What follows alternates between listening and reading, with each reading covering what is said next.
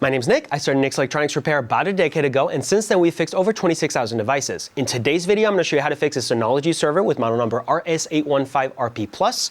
When I power it on, I notice a couple of things. Number one, my red alert light comes on and my yellow HDD lights come on. That's not supposed to happen. So let's open it up and find out why. First, we'll go ahead and turn off the power, disconnect our power cables, and now we have 5 screws, 2 in the front and 3 in the back.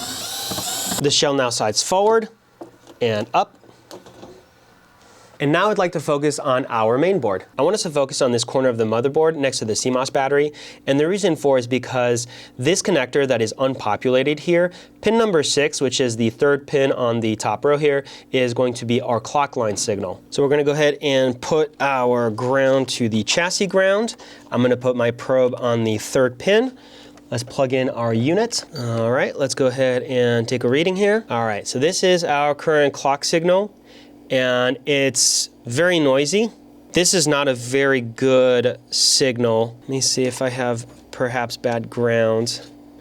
No, so our chassis ground is correct ground, and the clock signal here is very dirty, a lot of noise in the signal. The reason this is happening is because the processor chip used on this motherboard has the Atom C2000 bug. Over time, the clock line signal will degrade to the point where the processor can no longer communicate with the surrounding IC chips.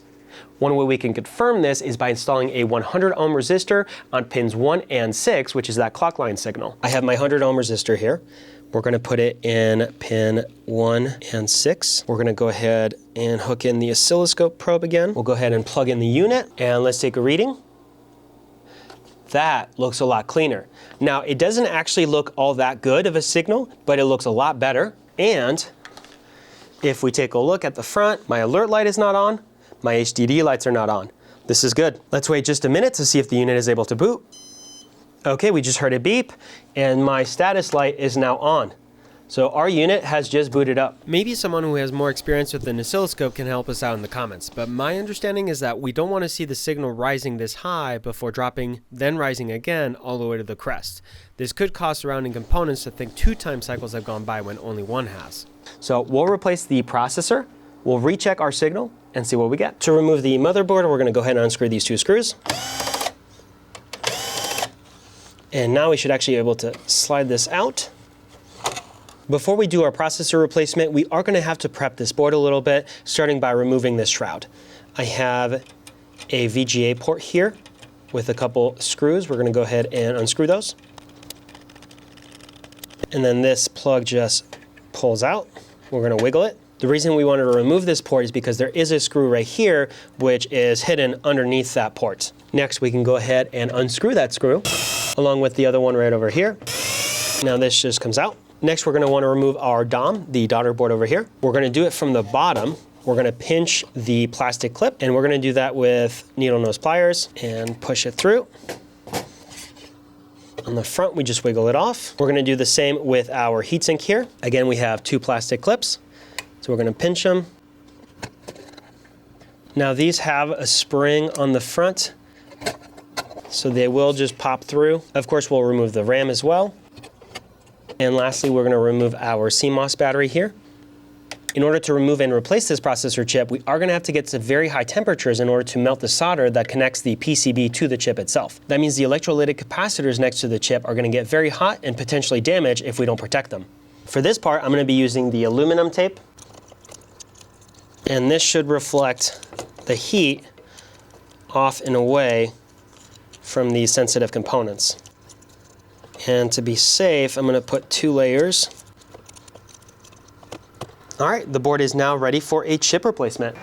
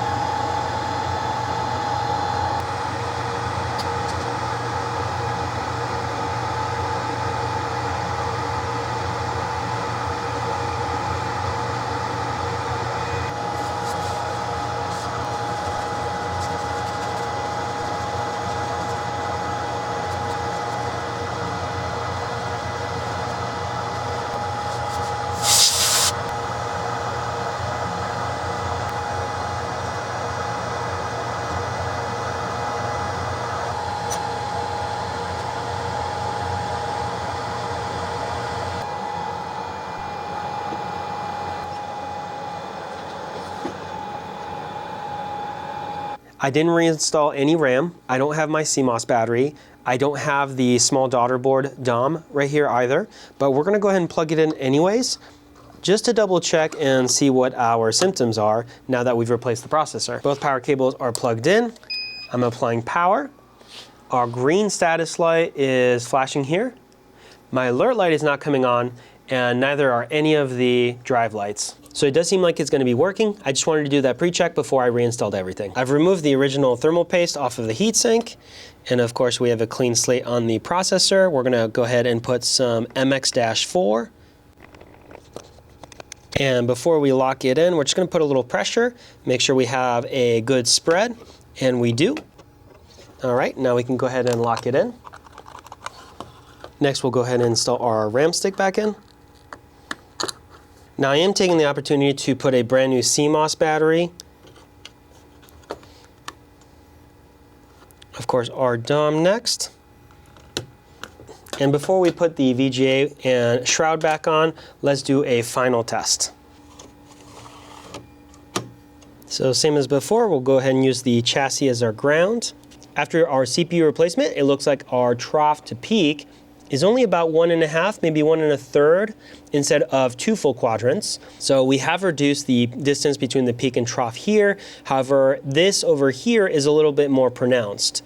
The status light is orange over here, and we did hear a beep, so the unit does seem to have initialized now. And of course, we don't have a resistor in place this time. We're gonna go ahead and install the resistor despite having the CPU replaced. Now we have both the new CPU and the resistor installed, and we can see we only have the signal going from the trough to the first little crest that is less than 1 quadrant before it rises all the way up. So to me, this looks ideal. It is much better with both the resistor and the CPU. Again, if someone has more information they want to tell us about in the comments, I'd love to learn more about this signal.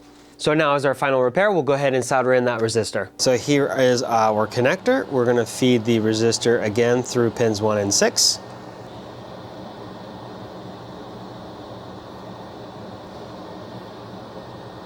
We'll go ahead and clip off the excess. And we're all done. I've put the unit back together. We still have our green light over here, our orange status light over here. So this does complete our repairs. If you have a Synology NAS that you'd like for us to fix, we offer flat rate services, which come with a 1-year warranty. Those are available on our website, which will be linked in the description down below. If you found the video helpful or useful, leave us a like, subscribe for more content, and thank you for watching.